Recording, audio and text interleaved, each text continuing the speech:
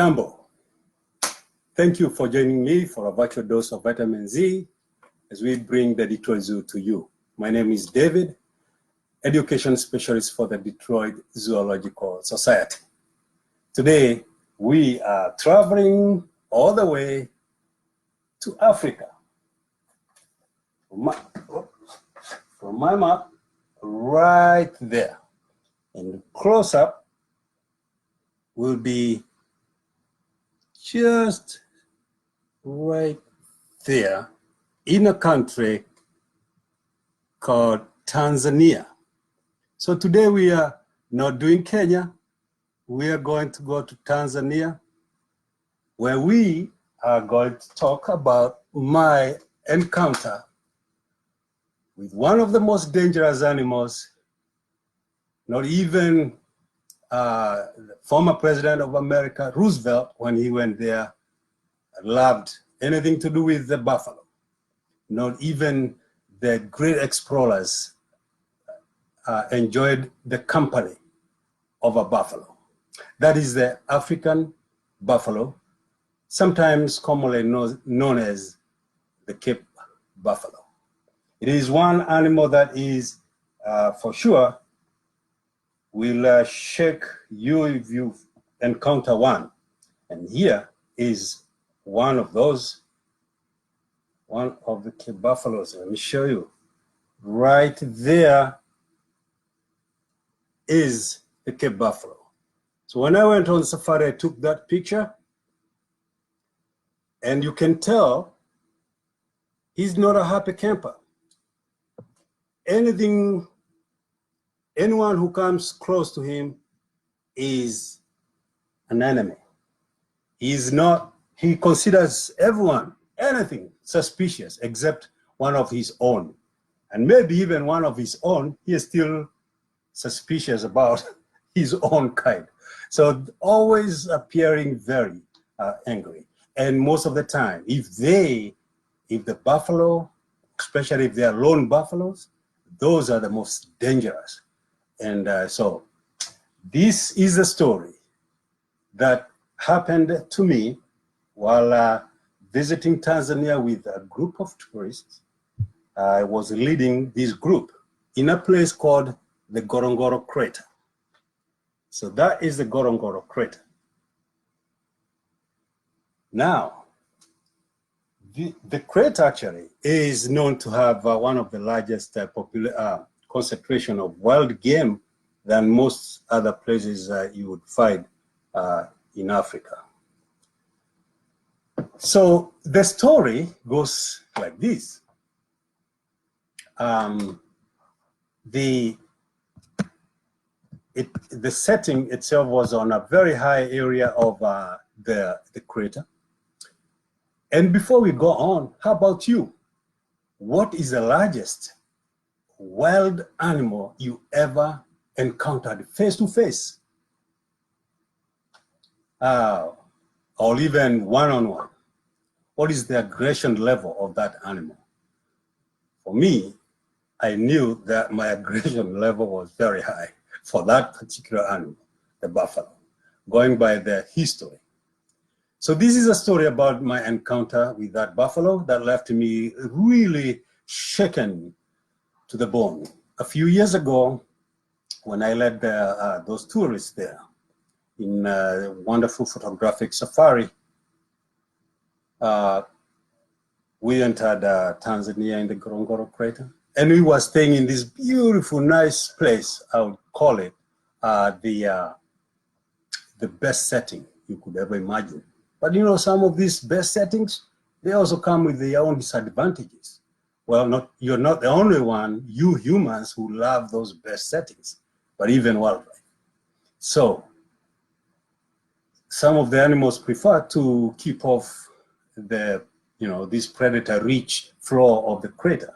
And so, at times the slopes, and they would spend their times on the slopes of the crater. So our beautiful lodge, for the 2 nights that we were there, was strategically perched on the rim of the crater. We had spent most of the day tracking the Big Five. Do you remember the Big Five? Let me see if you can count them. the big five animals. These big five are the animals that were known to actually hunt the hunters. And these are the animals, they were trophy animals. And being trophy animals, they were in high demand. So these big five, let me see who is writing the big five animals. Okay, I'll give you, of course, one of them is the African buffalo, the Cape buffalo. Second one would be the elephant, the rhino, the leopard. Why the leopard in the first place? So small, but it's one of the most beautiful, aggressive trophy animal. Hunting, it was also one that also hunted the hunters if they were on the wrong side of that leopard. So the leopard too. So leopard, lion, rhino, buffalo, and the elephant. A lot of people say hippo, giraffe, and others, but no, because those are readily available. You can see them. You are really not going to hunt a hippo in the water. It's right there. Or a giraffe. You can see the giraffe right there. So anyway, after dinner, I bid my guests good night wishes and off I left. Just outside the reception area, the lodge stationed Maasai warriors. And so there were 3 of these warriors. Their job is to escort guests or staff to the staff houses. And so I was one of those who had been given a place to sleep at the manager's house, which was about, the manager's house stationed about 1/4 mile through the bushes, and you find the manager's there. I mean, when I say through the bushes, it's a nice, dimly lit though, nicely done path. So they asked if I needed to be escorted. These 3 Maasai warriors asked me if I needed to be escorted, but I politely declined. I wanted to show them that I was a warrior just like them, and that the warrior who once lived in me is still there, ready ready for any challenge at any time.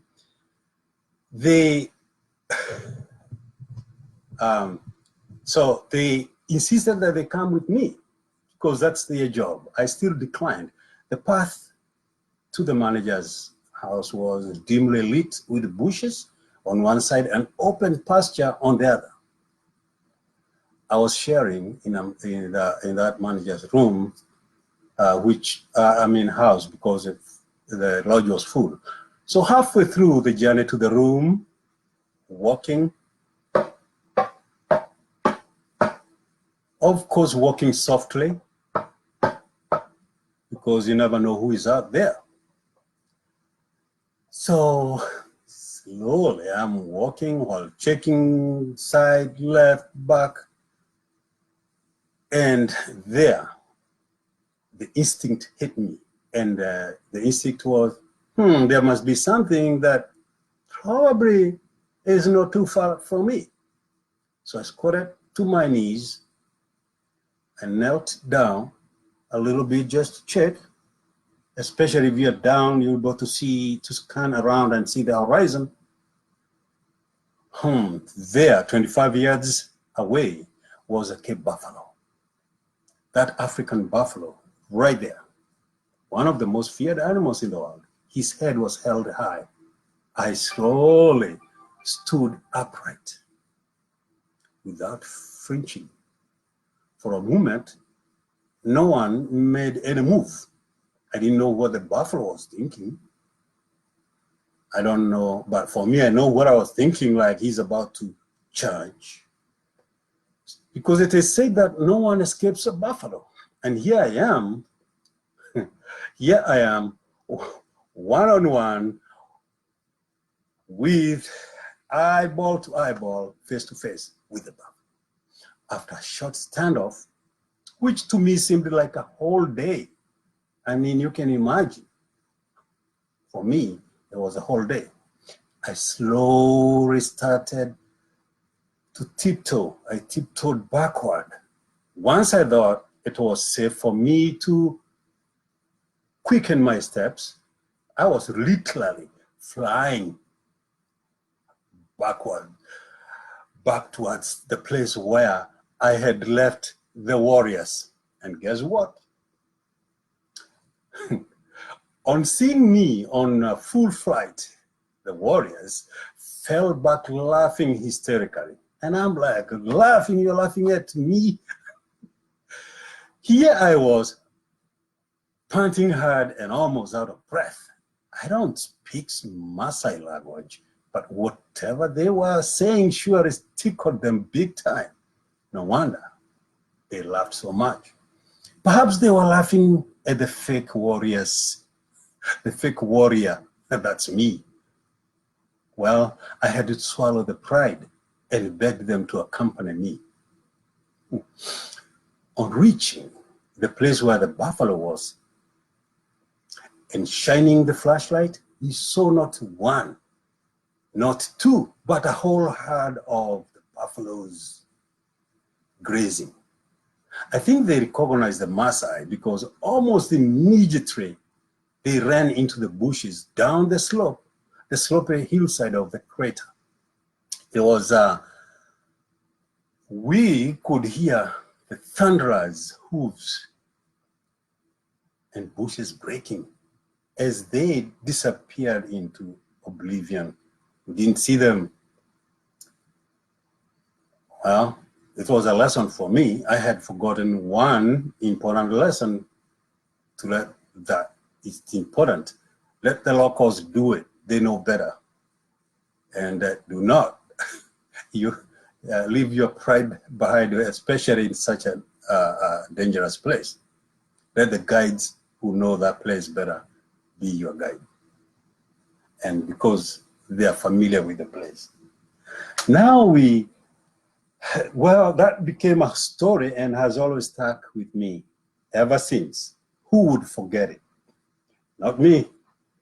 So now we fly back again, all the way from Africa, and we come all the way back home to Michigan. And here we enter the Detroit Zoo, and we meet a resemblance of the African buffalo, the bison. This is the bison. Notice that massive head over there? That's very important, not just for fighting, but to scoop and move the snow out there where they where they live, mostly in the plains and Yellowstone and other places. Because when it snows there, it snows hard. They need very heavy, big body to move through, to work their way through the snow. So big head. So the African buffalo, by the way, it's not the biggest. It's much smaller than the bison, and even another animal I'll be able to mention to you. But because for the African buffalo, they don't weigh much. Well, to their size, 1,900 pounds for an adult is quite big. And, weighing 1,900 and about between 6.5 and 11 feet long, that's still something. And it's known that they kill more people, more hunters than any other animals. They rarely have twins, and they have, they have 4 times the strength of an ordinary ox, like a domestic cow. They and here at the zoo we do have the bison, and now I would like you to compare some of the largest of the animals that we know of the bovine or bovine family, the buffalo. So notice the human being and look at where we are. So looking at how big or how tall we are, notice there is an animal right in the middle. That animal is called gawa. Gawa is the largest of the of buffalo, I would call it. They are found in Asia, not many left. You find them in Nepal and other places. Very shy, but they're so huge that they make the African buffalo look like a little one, baby. But then when it comes to aggression, the African buffalo to the left is one that is known to be so aggressive. Notice the big head that we call boss, B-O-S-S. This is obviously meant for, you know, confronting any danger or any other animal that may come, even lions that are the main predators.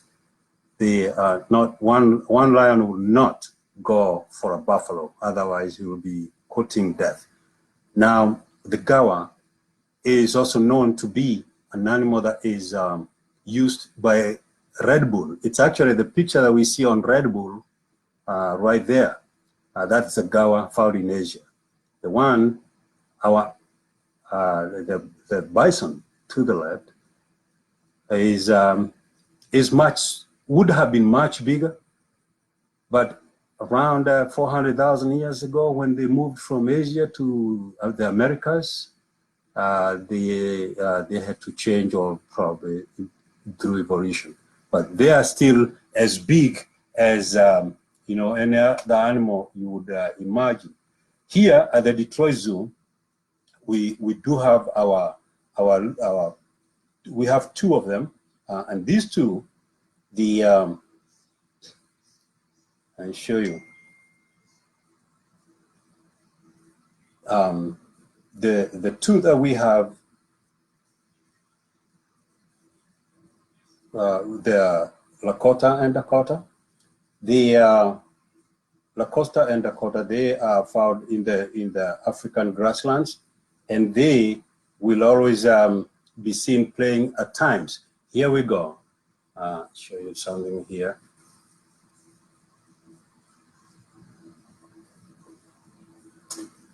See them right there. So I took these particular videos sometimes back when I saw them.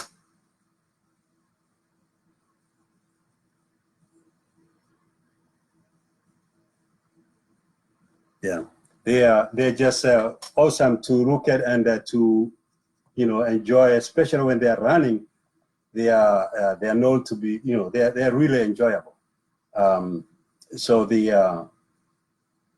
I'll always just enjoy the presence whenever I'm around there. So the Takoda and Titonka are now here in the zoo. They came here about 2007. They were born in 2007 and arrived at the zoo in 2008. So the bison, in general, they roam in the American grassland habitat and here in the zoo next to the prairie dogs. So if you come to the zoo, by the prairie dogs opposite the bald eagles, you'll be able to see them there. Bison is the second heaviest, the middle heaviest, I would call it, at 2,200 for the adults. For the adults, it will be about 2,200. And they are a little tall too, 9.3. I am tall, about 6. They are 9.3. So, and at the shoulder actually, they are 8.2. But when it comes to the length of it, about 9.3. So, folks, I will add my story at this, but I would like to welcome you again at the zoo and for other programs that we have. But in the meantime, I would like to ask you to visit our website, detroitzoo.org, for more virtual dose of vitamin Z. And kwaheri. Kwaheri means goodbye, and we'll be able to see each other again on the same forum. African Story program. Thank you and have a good time.